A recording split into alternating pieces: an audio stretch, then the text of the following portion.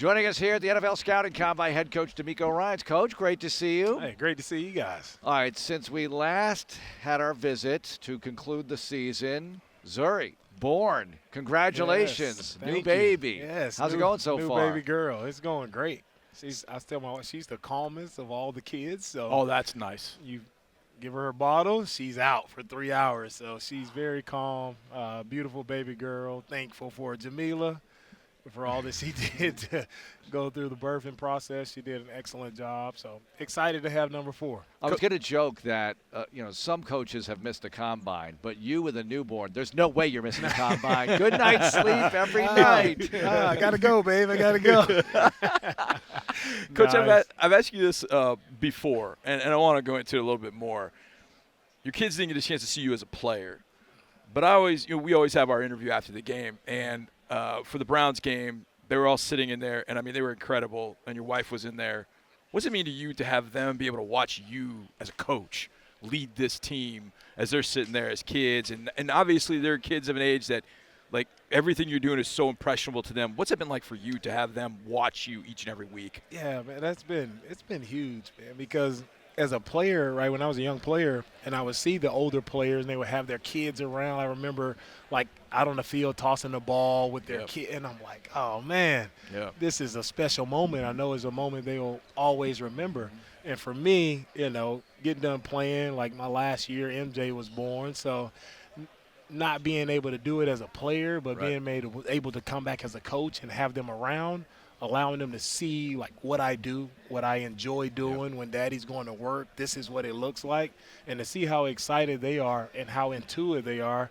Man, I got MJ now. Hey, let's watch this corner. MJ, what do you think? Like, he thinks it's my little scout right there. It's fun that they are into football. Even baby girl Zia, she's into football as well. So it's fun having them around. And I'm thankful just for this organization, and sort of always loved about this place. You can feel that family environment, and I wanted to make sure, man, kids bring life. They bring energy to a place, and I want them around as much as I can. Well, this business is all about wins and losses, we know, but you were very clear during your introductory press conference, which is over a year ago now, that you want your guys to be better fathers and better men and better husbands and all of that. How do you feel that part of it is going? Because you must be marking time and marking progress in that department too. Yeah, I think it's going really well. All right, now look at our guys, and when I look at what guys do in the community, right, what guys do off the field, I was able to highlight a lot of guys right throughout the year in our team meeting when they did something in the community, whether it's Christmas giveaway for kids, Thanksgiving drives and giveaway, being able to highlight them and show that importance, right, showing up for the veterans, right, supporting those guys, being able to highlight those guys in a team meeting to show that it's not only about football, the X's and O's, it's about this, right, impacting others, and I always want to make sure that's an emphasis. And we had a lot of guys who became fathers, right, for the first time throughout the year. I remember, man, our first win of the season, Jonathan Grenard, he's trying to hustle out of the locker room because he's having the birth of his baby girl, and just to see the excitement of our guys and to see, the smiles of becoming a father and knowing how that feels, and how I let them know, man, get out of here. It's important for me to make sure our guys are there at their kid's birth and make sure they show up as fathers. Coach, being back here at the Combine at kind of a stamp in time last year at this time, it's the first time I ever met you, which was a great day for me meeting you the first time, and then watching you with this team and this organization every single week it was incredible. But for you, when you think about what you knew about being a head coach back then and what you know now after a year, I mean, obviously no coach is ever going to tell you they know everything, but just what's been the biggest change for you? What was kind of something that for you during the year you're like, whoa, I didn't really know about this. Man, okay, I got to do this better in 2024. I got to do this better in the future. Or this is, something that I changed during the year that worked. What was something like that for you in this first year as your head coach? Yeah, I think first off, just this time around, I'm not going through the process of hiring coaches and getting – it's like, man, it was really – people say drinking from a fire hose. It was just like so much. It can become overwhelming at times that first year. But as we went throughout the year, for me and going into this year, I think it's just important for me to grow in the aspect of making sure I do a better job of coaching our coaches, more, right? And I spend a lot of time with the players trying to make sure they get it and understand it. But for me as a leader and as development of the coaches, right? Now you have that one aspect of developing players, but for me, I want to see myself grow in the regards of making sure I develop our coaches, right? And that's where I want to lean heavy into going into this offseason and into the year.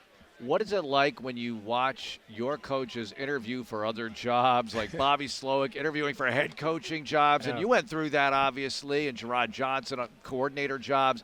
What was that like for you watching that? And really, you have some control because maybe you can say, hey, come on back. It'll be nice. It'll be better. But they have a chance to advance their career as well. And however it works out is how it works out. But what was that like? Yeah, it's a weird predicament because it's on one hand I'm like, no, Bob, we're just getting started. You can't go right now.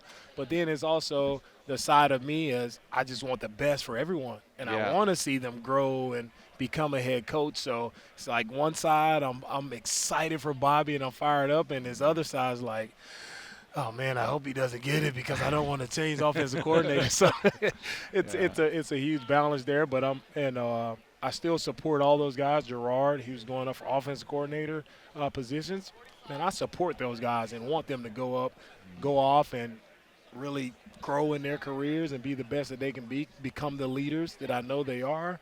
But I'm also ecstatic that they were able to stay here, right? And we can have some continuity on our staff and we continue to grow as a staff, because I feel like there's a lot of things that we can get better at on the offensive side, defensive side, but we can get better as a coaching staff, right? And to have those guys going at it for a second time around, I think we're going to be much better. And our players will see that our coaches will be better and our players will be able to benefit from our coaches being better. You kind of stole my thunder, Coach. I was going to ask you about the continuity for players. When you were a player and you had the same position coach for a few years, that same coordinator, spoke the same language, how much value for a player was that when you were a player, and how much do you see that for your players in 2024 and beyond? Yeah, it's huge value when you have the same guy coming back, because now when you start a new year, you're not worried about, oh, let me get to know this coach, or is this – oh, is he really here for me? You're trying to figure each other out, right? And now we don't have that figuring out period, right? Our players know, right, that Bobby is here to make sure they are their best. He has their best interests at heart. Gerard wants to make sure that the quarterbacks play their absolute best, right? And so you get that out of the way, and now we can really focus on, right, those X's and O's of getting better at what we need to get better at on the field, but also the relationship piece. I think it just grows, right? And you become really tight with your position coach, right? And that's a guy that you spend the most time with, a guy who's really trusting in you, guys who's really his job is on the line is because of you. So those guys are intertwined and they continue to grow and have a really great relationship the second time around. All right, so it's the combine, it's draft season, but it's also free agency season coming up. The league year is about to start in a couple of weeks, Coach, and you have over 30 free agents to be. What about that part of it and the conversations you have with Nick and how to go about all of that? Because there are a lot of moving parts here and how you can set up and build the 2024 Texans. Right, yeah. When I look at my board and I started to take down all of our free agents, I'm like, oh my goodness, we got a lot of holes to fill on this roster. But it starts with, right, trying to get your guys back, and that's where it starts, right? Everybody can get enamored about other players who are at other places, or you get this player, he's going to help your team. Well, not necessarily so, right? And so I think there is strategy involved in making sure you acquire the right person who can help your team, and knowing the biggest thing in free agency is knowing the role and where does that player fit in what you're doing. Like, you can just go and get guys, but what's his role for the Texans and how is he going to help the 2024 Texans? That's the important piece. But you got to start with, making sure we try to get some of our guys back. There's no certainty there. We would love to have all of our guys back because we know who they are. We know what they can do, right? And we know the type of playmakers they are. So we would like to have those guys back, but it doesn't always go that way. Coach, Combine, for me, it's always a fun event because you're thinking about the draft at that point. I love the draft. But as you look at young players, and you've now been here a year, and you've been very intentional about the players you have brought into the building and the kind of players and the kind of men that you've brought into the building. As you think about the Combine and what these prospects are going through, Are there any kind of non-negotiables for you? Like, this guy comes in for an interview and he talks about these things. You know what? That guy is not a Texan. Is there any kind of way that you look at rookies, young players, and just say, you know what, these things I'm just not budging on. This is exactly what we're looking for a player.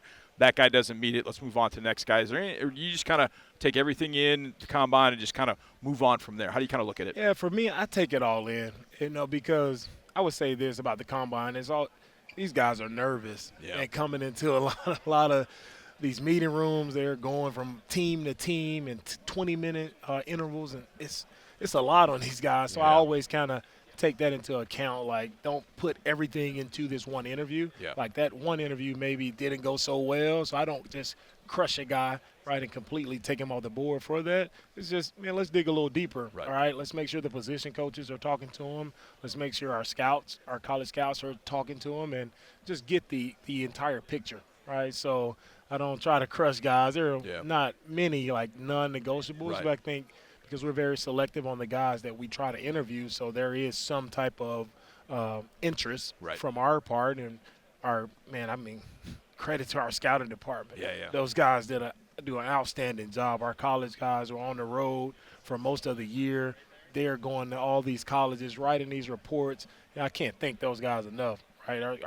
The college scouting department, headed up by Lippert and all of his staff, those guys do an outstanding job, and they have laid so much foundation, so much groundwork for us as coaches to go through and read these reports, and they are pretty spot on. So when I sit across from a guy and I've read the reports, I'm like, I kind of knew this already about the guy. So the work that they do, it kind of goes unnoticed. But, man, our scouting department, they're top notch. One more. Is it harder to spot an energy vampire or a guy coming in? If a guy comes into a 15, 20-minute interview and he really brings the juice, and you're the 20th one or something, that's got to say something about the player, right? That definitely jumps out, right? Yeah. We had a guy, our last interview last night, D. Lyman came in. He had great energy. It was fun. Those interviews are fun. When a guy comes in, even though it's the last one, he still's bringing juice. You know then it's not fake. Right, some guys come in, they try to fake it, but it's not fake. This guy has real juice, real energy.